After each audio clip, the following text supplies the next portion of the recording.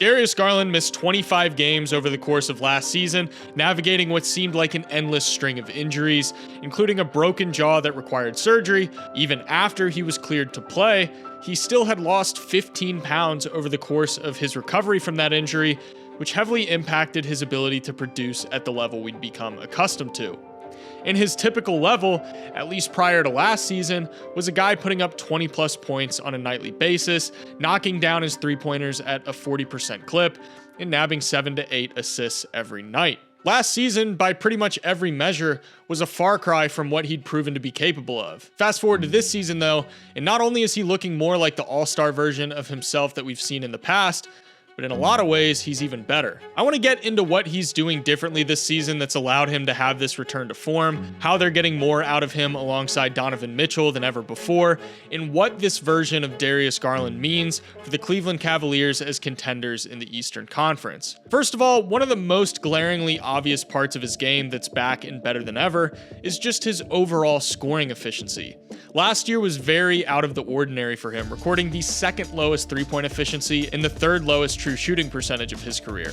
But this season, he's recording the best three-point efficiency and the best true shooting percentage of his career. So what changed between last year and this year that's caused the efficiency to jump up so much? When you go back and watch footage from last season, there's a noticeable lack of confidence on a lot of his shots, whether he's coming off a screen and hesitating a little bit because he's not sure if he wants to shoot it, or if he's getting a pass and he's not sure if he should drive or just take the space and pull the trigger. This lack of quick decision making isn't conducive to being an efficient shooter.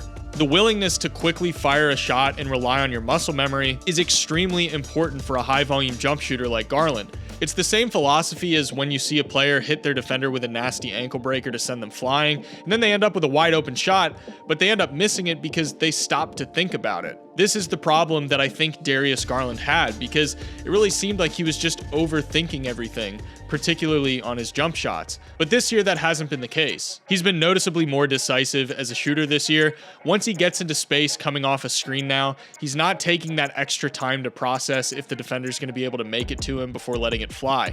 And this is bleeding over into his shot creation in more isolation adjacent scenarios. I think people forget how gifted of a ball handler Darius Garland is, and that's really been shining this year when he's gotten a matchup that he likes, and he's been aggressively hunting for his own shot. This confidence as a shooter really stands out when you look at his catch and shoot numbers. Last year, he attempted the same number of threes off the catch as the year prior, but he was knocking them down at only a 35% rate compared to the 44% rate from the year prior. This year, not only is he back to that 44+% clip, but his volume has also increased. To me, this really lends some credence to his confidence being back to a level where he feels comfortable letting it fly without really having to think about it too much. With Darius Garland back to firing on all cylinders as a shooter, how have they been getting the most out of him next to Donovan Mitchell, and how are they optimizing the two playing together? One area where we've really been seeing some of this optimization happening is when you hold Darius Garland's off-ball movement under a microscope. Specifically, when you look at all the threes he's been getting in the corner this year. Over the course of the last 3 seasons, Darius Garland has never attempted more than 57 corner threes. This season, he's on pace to attempt almost double that, and this is very much an intentional schematic choice. Donovan Mitchell has a ton of on-ball scoring gravity, so when you put Garland in a corner, you can leverage both the threat of Donovan Mitchell as a driver, as well as the threat of Darius Garland as a shooter. Wade and Mitchell are in the strong side corner with Garland on the weak side, and when Mitchell gets the pass and attacks the basket, Garland has been great at making these baseline drifts to provide an easy release valve, and it's being converted into points. And it's not just Mitchell finding him in corners either, with LeVert drawing defensive attention from the strong side corner, leaving Garland open one pass away, and this is a practice shot for Garland.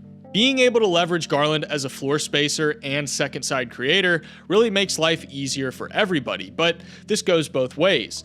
If you're using Darius Garland off ball when Mitchell has the ball in his hands, what are they doing to use Mitchell off ball when Garland's doing the offensive facilitation? First of all, there's inherent value to having Donovan Mitchell as a floor spacer. When Garland and Allen are trying to generate offense on these early ball screens, Mitchell essentially keeps Martin out of the play because if he helps, he knows Garland's probably going to hit that pass to Mitchell. This gives Garland plenty of space to work with when he gets past Oubre to get to the rim for the finish. Teams often have their best defenders on Mitchell, like the Bulls do with Patrick Williams here, and that means Williams is pretty reluctant to come off Mitchell any further than this when Mobley gets the feed from Garland to get downhill for the finish. They're using Garland off ball, having him come off this early screen from Mobley to get the ball from Mitchell, and from there he's able to do some second side creation against a defense that was originally expecting Mitchell to be the one orchestrating the offense, and this lack of preparedness forces them to put 2 on Garland, and he makes a beautiful feed to Mobley, who handles the rest. This play initially starts off with an Allen-Mitchell pick and roll, but on the weak side, they're having Garland come off a pin down to flow into a pick and roll with Mobley. And again, Garland is able to draw a 2 on the ball while Mitchell's spacing keeps Dame honest. And Mobley's able to get 1-on-1 against Brook after the feed from Garland, and he finishes it off the feed. They use these same philosophies with Garland getting the ball to Mitchell. They have Mitchell be the off-ball guy coming off the pin down here, getting the pass from Garland and being able to fire the catch and shoot 3. When Garland and Allen run this pick and roll, Trent is going to help at the nail to try and slow Allen's roll down, but all this does is leave Mitchell open on the lift, and Garland is going to hit him on the pass back for an easy 3. Putting Mitchell 1 pass away when Garland's working inside the arc is an easy recipe to get him easy spot up looks, and he's been capitalizing on them. This is one of the best examples of how the Cavs are using Garland and Mitchell together. They're in a horn setup, and Mitchell comes off this screen from Mobley to get the ball, and Garland is immediately going to get a back screen from Mobley to get McCain left in the dust, and when the help comes off the corners, he's going to find Allen for the slam. And then there's been instances where they get really weird, with Garland throwing it to Mitchell on the wing, and then Garland's actually going to screen for him, and credit to Mitchell for pulling off this insane step through to split the defense to get the floater off. The moral of the story here is that the Cavs aren't sacrificing anything on offense by having both of these guys on the floor. They get the advantages of Donovan Mitchell's on-ball scoring ability, his overall scoring gravity both on and off ball, while also getting the benefits of Darius Garland's scoring ability, off-ball movement, and overall ability to generate offense. I think this is really noticeable when you look at the on-off numbers for them this season. If they were taking anything away from each other, it would probably show up in the Cavs being better with one or the other on the floor instead of both, but that's just not the case this year. With Mitchell on the floor without Garland, the Cavs are plus 2.9 with an offensive rating of 115.8 and a defensive rating of 112.9. With Garland on without Mitchell, they're plus 6.3 with a 116.2 offensive rating and a 109.9 defensive rating. But with both of them on, they're plus 8.9 with an offensive rating of 119.7 and a defensive rating of 110.8. This Cavs team is at its best when both of them are on the floor instead of getting diminishing returns. And you probably noticed that plus 6.3 net rating when Garland is on the floor without Mitchell, something that's a testament to how great of a playmaker Garland is.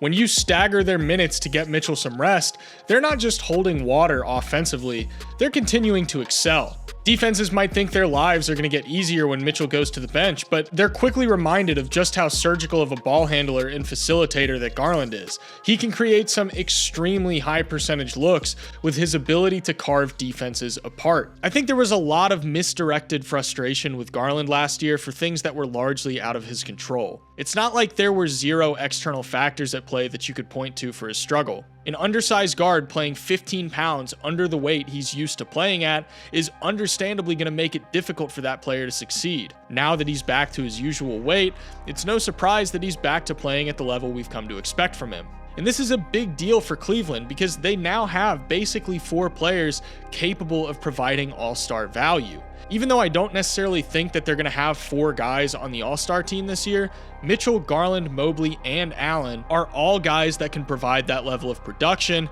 and with how the Cavs roster has been performing this year, this team is a legitimate contender.